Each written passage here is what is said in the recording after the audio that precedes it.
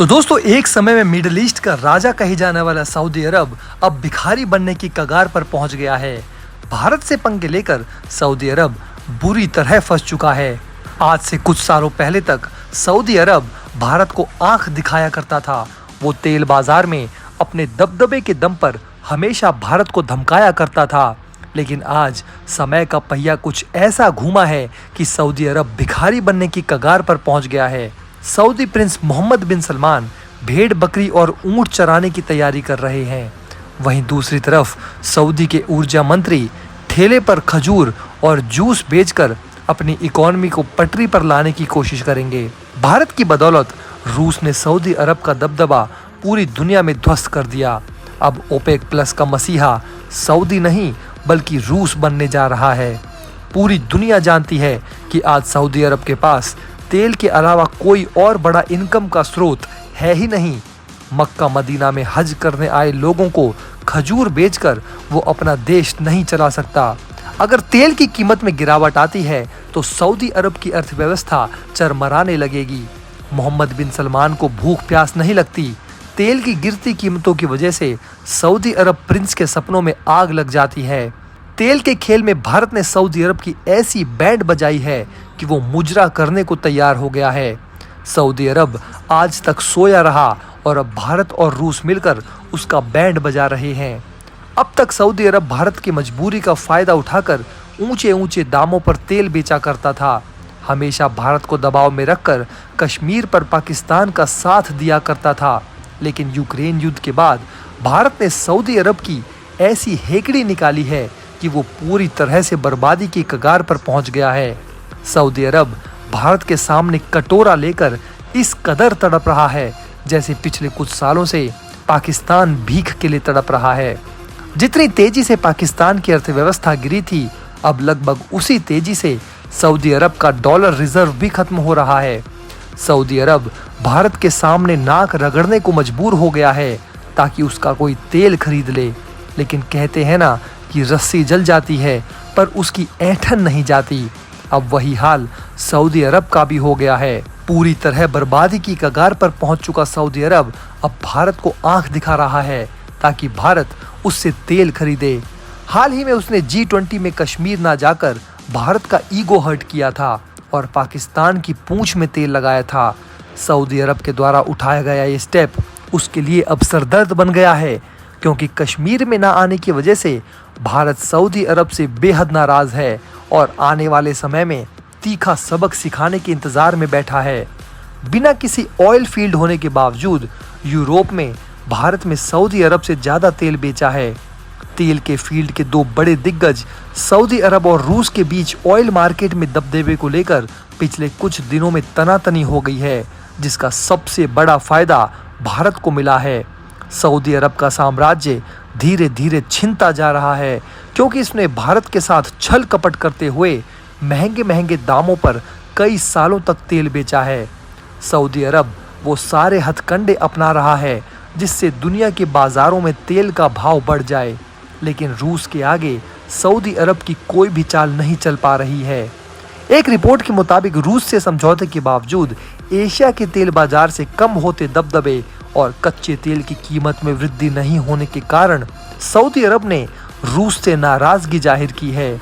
दरअसल दोस्तों, दोनों देश तेल उत्पादक देशों के समूह ओपेक प्लस के सदस्य हैं।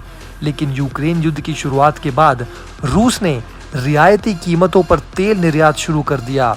इससे अंतर्राष्ट्रीय स्तर पर कच्चे तेल की कीमतें कम हो गई, जिसका सबसे भारी नुकसान सऊदी अरब को झेलना पड़ा। तेल की गिरती कीमत को देखते हुए पिछले महीने अप्रैल में रूस, सऊदी अरब समेत ओपेक प्लस के सदस्य देशों ने तेल उत्पादन में कटौती करने का फैसला किया। इस समझौते के तहत सऊदी अरब ने 5 लाख बैरल प्रतिदिन तेल उत्पादन कम कर दिया। वहीं सऊदी अरब का कहना है कि रूस ने वादा करने के बावजूद तेल उत्पादन में कटौती नहीं की। रूस कभी नहीं चाहता कि तेल बाजार में उसका दबदबा कम हो जाए और सऊदी अरब का दबदबा बढ़ जाए।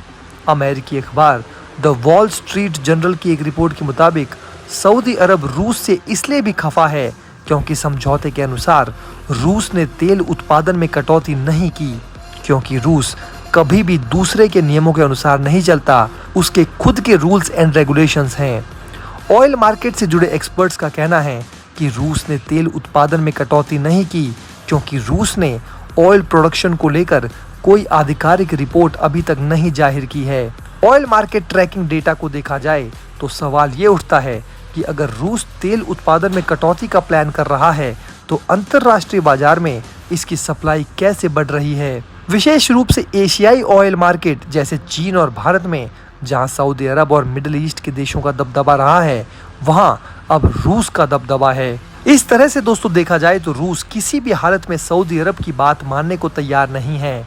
आपको बता दें कि 4 जून को ओपेक प्लस की बैठक हुई थी, जिसमें सऊदी अरब ने अपनी मनमानी दिखाते हुए जुलाई में 10 लाख बैरल प्रतिदिन कटौती करने का फैसला किया था।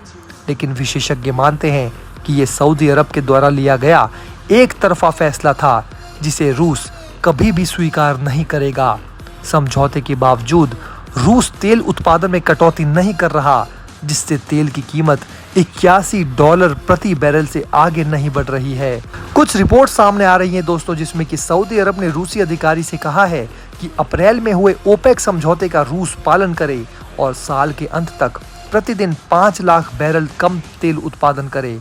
रिपोर्ट्स के मुताबिक रूस को लेकर सऊदी अरब की नाराजगी इसलिए भी बढ़ती जा रही है क्योंकि रियायती कीमतों पर तेल निर्यात करने की वजह से रूस ने एशियाई ऑयल मार्केट में अपनी जगह बना ली है। एक तरफ एशियाई बाजार सऊदी अरब के हाथों से निकलता जा रहा है, दूसरी तरफ तेल उत्पादन में कटौती के बावजूद सऊदी तेल की कीमतें नहीं बढ़ा रहा है, क्योंकि रूस पर अमेरिका समेत कई पश्चिमी देश आर्थिक प्रतिबंध लगाए हुए हैं। इस वजह से रूस मजबूरी में रियायती कीमतों पर तेल बेचता है। रूस की ये मजबूरी सऊदी अरब के लिए भारी तबाही का कारण बन गया है।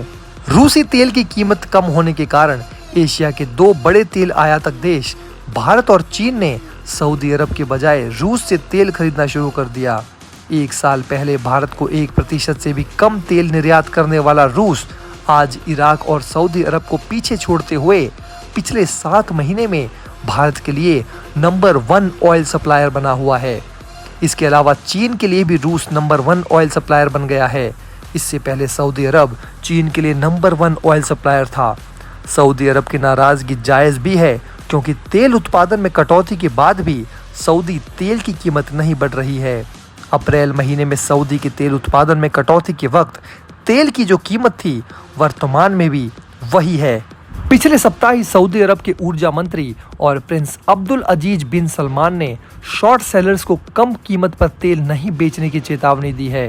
इसके अलावा ऑयल इंडस्ट्री के जाने माने विश्लेषक पॉल सेंके ने कहा कि एशियाई बाजार में रूस का फुटप्रिंट सऊदी अरब के लिए खतरा है। ऐसा हो सकता है कि सऊदी अरब व्यापारियों को अपने इशारों पर चलाना चाहता हो, लेकिन अगर आप तेल उत्पादन में कटौती की घोषणा करते हैं और रूस या कोई अन्य ओपेक सदस्य देश इसका पालन नहीं करता है, तो ऐसे में दुनिया को संदेश जाएगा कि ओपेक में सऊदी का दबदबा कम हुआ है।